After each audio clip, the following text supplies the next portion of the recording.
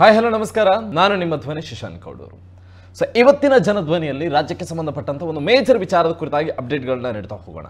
So ಪ್ರಮುಖವಾಗಿ ಬೆಂಗಳೂರಿನ ಚಾಮರಾಜಪೇಟೆಯಲ್ಲಿ ಆಗಿರುವಂತಹ ವಿಚಾರವನ್ನ ನೋಡ್ತಾ ಹೋದ್ರೆ ಇಡೀ ಮನುಕುಲವೇ ತಲೆ ತಗ್ಗಿಸುವಂತಹ ನೀಚ ಕಾರ್ಯ ನಡೆದಿದೆ. ಬೆಂಗಳೂರಲ್ಲಿ ನಡೆದಿರುವಂತಹ ಈ ಘಟನೆಯನ್ನ ಗಮನಿಸಿದ್ರೆ ಏನಾಗ್ತಾ ಇದೆ ರಾಜ್ಯದಲ್ಲಿ, ದಿನಕ್ಕೊಂದರಂತೆ ಇತಿಹಾಸವನ್ನ ಬರೆಯೋದಕ್ಕೆ ಮುಂದಾಗ್ತಾ ಇದೆ. ಇಲ್ಲಿ ತನಕ ಈ ಹಿಂದೆಂದೂ ಕೂಡ ಕಾಡದಂತಹ ಒಂದು ಪೈಶಾಚಿಕ ಘಟನೆ ಬೆಂಗಳೂರಿನ ಚಾಮರಾಜಪೇಟೆಯಲ್ಲಿ ಮೂಕ ಪ್ರಾಣಿ ಗೋವಿಗೆ ವಿಚಿತ್ರವಾಗಿರುವಂತಹ ಹಿಂಸೆಯನ್ನು ಕೊಡಲಾಗಿದೆ. 3 ಹಸುವಿನ ಕೆಚ್ಚಲನ್ನು ಕೊಯ್ದು ದುರುಳತೆಯನ್ನು ಮೆರೆದಿದ್ದಾನೆ ಒಬ್ಬ ವ್ಯಕ್ತಿ.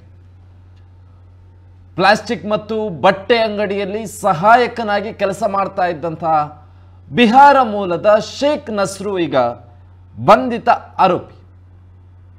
ಈತನೇ ಈ ಘಟನೆಯನ್ನು ಮಾಡಿದ್ದಾನೆ, ಈತನೇ ಈ ಪ್ರಕರಣಕ್ಕೆ ಸಂಬಂಧಪಟ್ಟಂತೆ ಆರೋಪಿ ಅಂತ ಹೇಳಿ ಈಗ ಪೊಲೀಸರು ಬಂಧಿಸಿದ್ದಾರೆ. ಆದರೆ ಪೊಲೀಸರು ಬಂಧಿಸಿರುವ ಶೇಖ್ ನಸ್ರು ಸುತ್ತ ಈಗ ಪಾಲಿಟಿಕ್ಸ್ ಜೋರಾಗಿದೆ. ಕೀಚಕನನ್ನ ಮಾನಸಿಕ ಅಸ್ವಸ್ಥ ಅಂತ ಹೇಳಿ ಕೇಸನ್ನ ಕ್ಲೋಸ್ ಮಾಡುವಂತಹ ಹುನ್ನಾರಗಳು ನಡೀತಾ ಇದೆ ಅನ್ನುವಂತಹ ಆರೋಪಗಳು ಕೇಳಿ ಬರ್ತಾ ಇದೆ.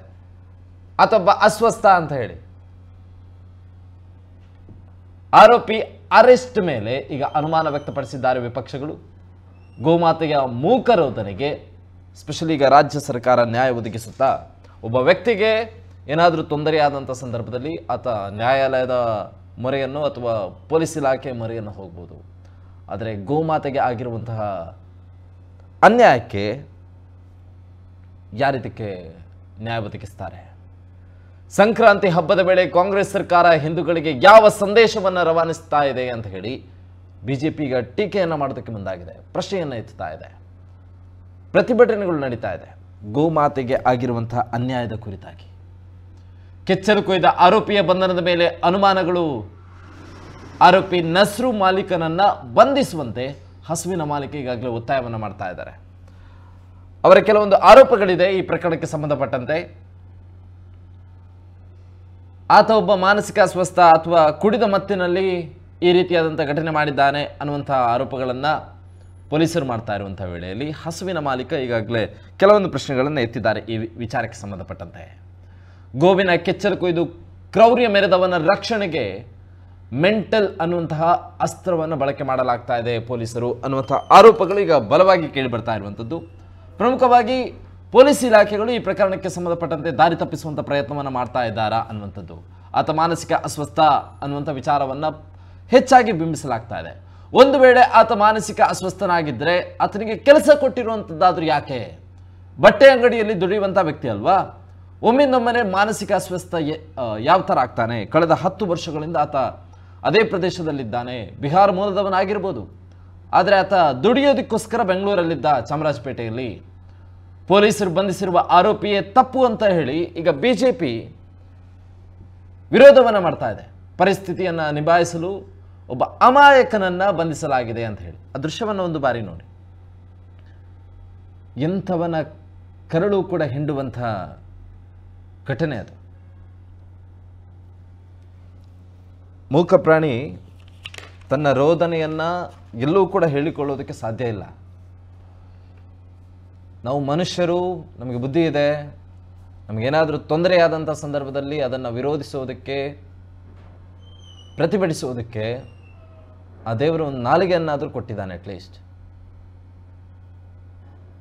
ಆದರೆ ಇವತ್ತು ಇಡೀ ಮನುಕುಲವೇ ತಲೆ ತಗ್ಗಿಸುವಂತಹ ನೀಚ ಕಾರ್ಯ ಇದು.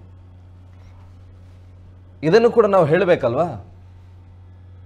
ಈ ಘಟನೆ ಆಗಿದೆ ಅನ್ನುವಂತಹ ಅಪ್ಡೇಟ್ಗಳನ್ನು ಮನುಷ್ಯರಾಗಿ ನಾವು ಇದನ್ನು ನೀಡಬೇಕಾಗಿದೆ.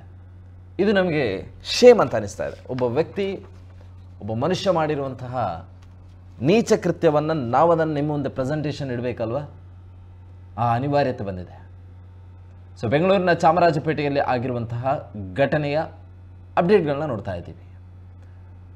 ನಿನ್ನೆ ರಾತ್ರಿ ನಡೆದಿರುವಂತಹ ಘಟನೆ, ನಾವು ಈ ಶಾಲೆಯಲ್ಲಿ ಕಲಿತಾ ಇದ್ದಂಥ ಸಂದರ್ಭದಲ್ಲಿ ನರಸಿಂಹಾಚಾರ್ಯ ಅವರು ಬರೆದಂಥ ಒಂದು ಸಾಲುಗಳು, ಇವತ್ತಿನ ಟೈಟಲ್ಗಳು ಕೂಡ ಅದನ್ನೇ ಕೊಟ್ಟಿದ್ದೇವೆ, ನೀನಾರಿಗಾದೆಯೋ ಎಲೆ ಮಾನವ ಅಂತ ಹೇಳಿ. ಇಟ್ಟರೆ ಸಗಣಿಯಾದೆ ತಟ್ಟಿದರೆ ಕುರುಳಾದೆ, ಸುಟ್ಟರೆ ನೊಸಳಿಗೆ ವಿಭೂತಿಯಾದೆ, ತಟ್ಟದೆ ಹಾಕಿದರೆ ಮೇಲುಗೊಬ್ಬರವಾದೆ, ನೀ ನಾರಿಗಾದೆಯೋ ಎಲೆ ಮಾನವ ಅಂತ ಹೇಳಿ ಕವಿಯ ಕಲ್ಪನೆ. ಹಸು ಕೇಳುವಂಥದ್ದಂತೆ ಮನುಷ್ಯರ ಬಳಿ,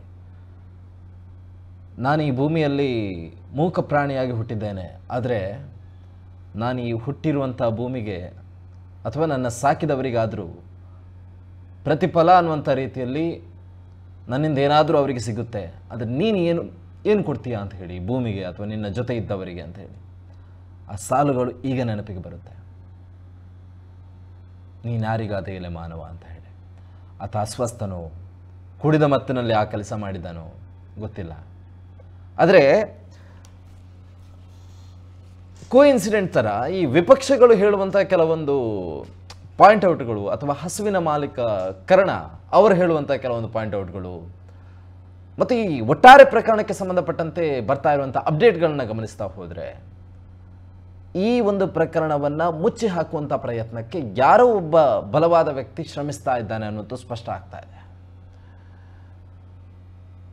ನಿನ್ನೆ ರಾತ್ರಿಯ ವೇಳೆ 3 ಹಸುಗಳ ಕೆಚ್ಚಲನ್ನು ಕೊಯ್ಯುವಂತಹ ಷಂಡತನದ ಕೃತ್ಯ ನಡೆದಿದೆ. ಆ ಘಟನೆ ನಡೆದ ಕೆಲವೇ ಸಮಯದಲ್ಲಿ ಆರೋಪಿಯ ಬಂಧನ ಆಗುತ್ತೆ, ಸ್ಥಳ ಮಹಜರಾಗುತ್ತೆ. ರಾತ್ರೋರಾತ್ರಿ ಆತನನ್ನ ನ್ಯಾಯಾಲಯದ ಮುಂದೆ ಸಬ್ಮಿಟ್ ಮಾಡುವಂತಹ ಕೆಲಸ ಕಾರ್ಯ ಆಗುತ್ತೆ. ಅದೇ ಪೊಲೀಸ್ ಇಲಾಖೆಗಳು ಘಟನೆ ನಡೆದು 10 ತಿಂಗಳಾಯಿತು. ಈ ದೇಶದ ಅನ್ನವನ್ನು ತಿಂದು ಈ ದೇಶದ ನೀರನ್ನು ಕುಡಿದು ಭಾರತ ಮಾತೆಯ ವಿರುದ್ಧವಾಗಿ ಪಾಕಿಸ್ತಾನದ ಪರವಾಗಿ ಜಿಂದಾಬಾದ್ ಘೋಷಣೆಯನ್ನು ಕೂಗಿದಂತಹ ಕುನ್ನಿಗಳನ್ನು ಹಿಡಿಯೋದಕ್ಕೆ ಇವರಿಗಾಗಿಲ್ಲ. ಅಂತಹ ಕುನ್ನಿಗಳನ್ನು ಮುಟ್ಟೋದಕ್ಕೂ ಇವರಿಗೆ ಆಗ್ತಾ ಇಲ್ಲ. ಆದರೆ ಚಾಮರಾಜಪೇಟೆಯಲ್ಲಿ ಹಸುವಿನ ಕೆಚ್ಚಲನ್ನು ಕೊಯ್ದಂತಹ ಯಾರೋ ಆಗಿದ್ದಾರೆ. ಮಾನಸಿಕ ಅಸ್ವಸ್ಥ ಅನ್ನುವಂಥ ಪಟ್ಟವನ್ನು ಈಗ ಒಬ್ಬ ವ್ಯಕ್ತಿಯ ಮೇಲೆ ಕಟ್ತಾ ಇದ್ದಾರೆ. ಯಾಕೆ ಜಮೀರ್ ಅಹಮದ್ ಅವರೇ, ಬರೀ ಹಸು ಕೊಟ್ಟರೆ ಸಾಕಾ? 3 ಹಸುವಿನ ಕೆಚ್ಚಲು ಕೊಯ್ದಿರುವಂಥದ್ದಕ್ಕೆ ಪ್ರತಿಫಲವಾಗಿ 3 ಹಸುವನ್ನು ಕೊಟ್ಟರೆ ಸಾಕಾ? ಸಿಗ್ತಾ ನ್ಯಾಯ ಅಲ್ಲಿ? ಗೋಮಾತೆರಿ, ಒಬ್ಬ ವ್ಯಕ್ತಿ ಆತ ಹುಟ್ಟಿದಾಗಿಂದ ಸಾಯುವ ತನಕ ಆತ ಜೀವಿಸೋದಕ್ಕೆ ಬರೀ 1.5 ವರ್ಷ ತನ್ನ ತಾಯಿ ಎದೆ ಹಾಲು ಸಾಕು, ಬರೀ 1.5 ವರ್ಷ. ಆ 1.5 ವರ್ಷದ ನಂತರದಿಂದ ಆತ ಸಾಯುವ ಕೊನೆ ಕಾಲದ ತನಕವೂ ಕೊಡಬೇಕಾಗಿರುವಂಥದ್ದು ಇದೇ ಹಸುವಿನ ಹಾಲು, ಇದೇ ಹಸುವಿನ ಹಾಲು. ಈಗ ಇಂಥ ನೀಚ ಕೃತ್ಯ ಮಾಡಿರೋದಕ್ಕೆ ಆ ಪ್ರಕರಣ ಊರಿಡೀ ಸುದ್ದಿ ಆಗೋದಕ್ಕಿಂತ ಮುಂಚೆ, ಮಾಧ್ಯಮಗಳಲ್ಲಿ ಬರೋದಕ್ಕಿಂತ ಮುಂಚೆ ಯಾರೋ ಒಬ್ಬ ವ್ಯಕ್ತಿಯನ್ನು, ಬಿಹಾರ ಮೂಲದ ವ್ಯಕ್ತಿ, ಆತ ಮಾನಸಿಕ ಅಸ್ವಸ್ಥ, ಆತ ಈ ಥರ ಮಾಡಿದ್ದಾನೆ ಅನ್ನುವಂಥ ಆರೋಪವನ್ನು ತಲೆ ಕಟ್ಟಿ ಆತನನ್ನು ಬಂಧಿಸಿ ಒದ್ದು ಒಳಗೆ ಹಾಕಿದರೆ ಪ್ರಕರಣ ಕ್ಲೋಸ್, ಅಲ್ಲಿಗೆ ಇತ್ಯರ್ಥ ಆಯಿತು. ಇದೇನಾ ಪ್ಲಾನಿಂಗ್? ಅಲ್ಲ, ಗೊತ್ತಿಲ್ಲ, ಇದೇ ಥರ ಆಗಿರಬಹುದು ಅನ್ನುವಂಥದ್ದಲ್ಲ, ಆದರೂ ಕೂಡ ಕೇಳ್ತಾ ಇರುವಂಥದ್ದು, ಇದೇನಾ ಪ್ಲಾನಿಂಗ್ ತಮ್ಮದು? ಮಾನಸಿಕ ಅಸ್ವಸ್ಥ ಹೀಗೆಲ್ಲ ಮಾಡೋದಕ್ಕೆ ಸಾಧ್ಯನಾ? ಅಟ್ಲೀಸ್ಟ್ ಇದು ಮಾಧ್ಯಮದವರಲ್ಲಿ ಹೊಳೆದಿರುವಂಥ ಪ್ರಶ್ನೆ ಅಲ್ಲ ರೀ, ಆ ಹಸುವನ್ನು ಸಾಕುವಂಥ ಮಾಲೀಕನಲ್ಲಿ ಹೊಳೆದಿರುವಂಥ ಪ್ರಶ್ನೆ. ಏನವನ ಹೆಸರು, ಶೇಖ್ ನಸ್ರು, ಬಿಹಾರಿ ಮೂಲದ ವ್ಯಕ್ತಿ, ಆತ ಕುಡಿದ ಮತ್ತಲ್ಲಿ ಮಾಡಿದ ಅಂತ ಹೇಳಿ ಪೊಲೀಸ್ ಇಲಾಖೆಗಳು, ಎಂಥ ಜವಾಬ್ದಾರಿಯುತ ಪೊಲೀಸ್ ಇಲಾಖೆಗಳು ನೋಡಿ. ಮೊದಲಿಗೆ ಅವರ ರಿಯಾಕ್ಷನ್, ಪೊಲೀಸ್ ಇಲಾಖೆ ರಿಯಾಕ್ಷನ್, ಆತ ಕುಡಿದ ಮತ್ತಲ್ಲಿ ಮಾಡಿದ್ದಾನೆ ಈ ಘಟನೆಯನ್ನ, ಆತನೇ ಸ್ವತಃ ಒಪ್ಪಿಕೊಂಡ ಅಂತ ಹೇಳಿ ಪೊಲೀಸ್ ಇಲಾಖೆಗಳು ಹೇಳುತ್ತೆ. ಮೊದಲ reaction, first reaction, primary reaction ಅದು. ನಂತರ ಆತ ಮಾನಸಿಕ ಅಸ್ವಸ್ಥ ಅನ್ನುವಂತಹ ಡಿಟೇಲನ್ನು ಕೊಡ್ತಾರೆ. ಒಬ್ಬ ಮಾನಸಿಕ ಅಸ್ವಸ್ಥ ಬಿಹಾರದಿಂದ ಕರ್ನಾಟಕದ ಬೆಂಗಳೂರಿನ ಚಾಮರಾಜಪೇಟೆಯಲ್ಲಿ ಕಳೆದ 10 ವರ್ಷಗಳಿಂದ ಬಂದು ತನ್ನ ಹೊಟ್ಟೆಪಾಡಿಗೋಸ್ಕರ ಪ್ಲಾಸ್ಟಿಕ್ ಮತ್ತು ಬಟ್ಟೆ ಹೊಲಿಯುವಂತಹ ಅಂಗಡಿಯಲ್ಲಿ ಕೆಲಸಕ್ಕೆ ಇದ್ದು 10 ವರ್ಷ ಆದ ಬಳಿಕ ಆತನಿಗೆ ಮಾನಸಿಕ ಅಸ್ವಸ್ಥ ಅನ್ನುವಂಥದ್ದು ಬುದ್ಧಿಗೆ ಬಂದು ಅಂಗಡಿಯ ಪಕ್ಕದಲ್ಲೇ ಕೂಗಳತೆ ದೂರದಲ್ಲಿದ್ದಂತಹ 3 ಹಸುಗಳ ಕೆಚ್ಚಲಿಗೆ ಬ್ಲೇಡ್ ಹಾಕ್ತಾನೆ. ಯಾಕೆ ಮಾನಸಿಕ ಅಸ್ವಸ್ಥ? ಆತ ದುಡಿತಾ ಇದ್ದಂತಹ ಅಂಗಡಿಯ ಗ್ಲಾಸ್ ಯಾಕೆ ಹೊಡೆದಾಕ್ಲಿಲ್ಲ? ಪಕ್ಕದಲ್ಲಿ ಎಷ್ಟೋ ಮನೆಗಳಿತ್ತಲ್ವ, ಯಾಕೆ ಕಲ್ತೂರಾಟ ಮಾಡಿಲ್ಲ? ಹಾಗಲು ದಾರಿಯಲ್ಲಿ ಎಷ್ಟೋ ಜನ ಓಡಾಡ್ತಾ ಇರ್ತಾರಲ್ವ, ಯಾಕೆ ದೊಣ್ಣೆ ತಕೊಂಡು ಹೊಡಿಲಿಲ್ಲ ಯಾರ ತಲೆನೂ ಕೂಡ? ಮಾನಸಿಕ ಅಸ್ವಸ್ಥ ರೀ ತಾವು ಹೇಳೋ ಪ್ರಕಾರ. ಇಂಥ ಯಾವುದೇ ಘಟನೆಯನ್ನು ಮಾಡದಂಥ ವ್ಯಕ್ತಿ 3 ಹಸುಗಳನ್ನು ಟಾರ್ಗೆಟ್ ಮಾಡಿ, ಅದು ಕೂಡ ಹಾಲು ಕೊಡುವಂಥ ಹಸುಗಳನ್ನು ಟಾರ್ಗೆಟ್ ಮಾಡಿ ಅದರ ಕೆಚ್ಚಲಿಗೆ ಬ್ಲೇಡ್ ಹಾಕೋದಕ್ಕೆ ಆ ಮಾನಸಿಕ ಅಸ್ವಸ್ಥನಿಗೆ ಹೊಳೆಯುತ್ತಾ? ಅದೆಲ್ಲ ಹೊಳೆಯುತ್ತೆ ಮಾನಸಿಕ ಅಸ್ವಸ್ಥನಿಗೆ. ನಾನೀಗ ಆ ಅನಾರೋಗ್ಯದ ಬಗ್ಗೆ ನಾವು ಈಗ ಟೀಕೆಯನ್ನು ಮಾಡ್ತಾ ಇಲ್ಲ, ಬದಲಾಗಿ ನಮ್ಮ ಪ್ರಶ್ನೆ ಇರುವಂಥದ್ದು ಇಲಾಖೆಗಳು ಅಥವಾ ಕೆಲವೊಂದು ಜವಾಬ್ದಾರಿಯುತ ನಾಯಕರುಗಳು ಇಂಥ ಹೇಳಿಕೆಗಳನ್ನು ನೀಡ್ತಿರಲ್ವ, ಮೊದಲಾಗಿ ಆ ಹೇಳಿಕೆಯನ್ನು ನೀಡೋದಕ್ಕಿಂತ ಮುಂಚೆ ಸ್ವಲ್ಪ ತಾಳ್ಮೆ ಇರಲಿ. ಗೃಹ ಸಚಿವರು ಕೂಡ ಯಾವುದೇ ಪ್ರಕರಣ ಆಗೋದಕ್ಕೆ ಸಾಧ್ಯ ಇಲ್ಲ. ಸಿಲ್ಲಿ ಮ್ಯಾಟರ್ ರೀ, ಇದೇನು ಸಿಲ್ಲಿ ಮ್ಯಾಟರ? ಆಗಿರುವಂಥ ನೋವನ್ನು ವ್ಯಕ್ತಪಡಿಸೋದಕ್ಕೆ ಗೋವಿಗೆ ಆಗದೇ ಇರಬಹುದು, ಆದರೆ ಆ ಗೋವಿನ ಹಾಲನ್ನು ಕುಡಿದು ಬೆಳೆದಿರುವಂಥವ್ರು ನಾವುಗಳು, ನಮಗೆ ಗೊತ್ತಿದೆ ಅದರ ನೋವು ಏನು ಅಂತ ಹೇಳಿ. ನಮ್ಮ TV the pulse of coastal Karnataka.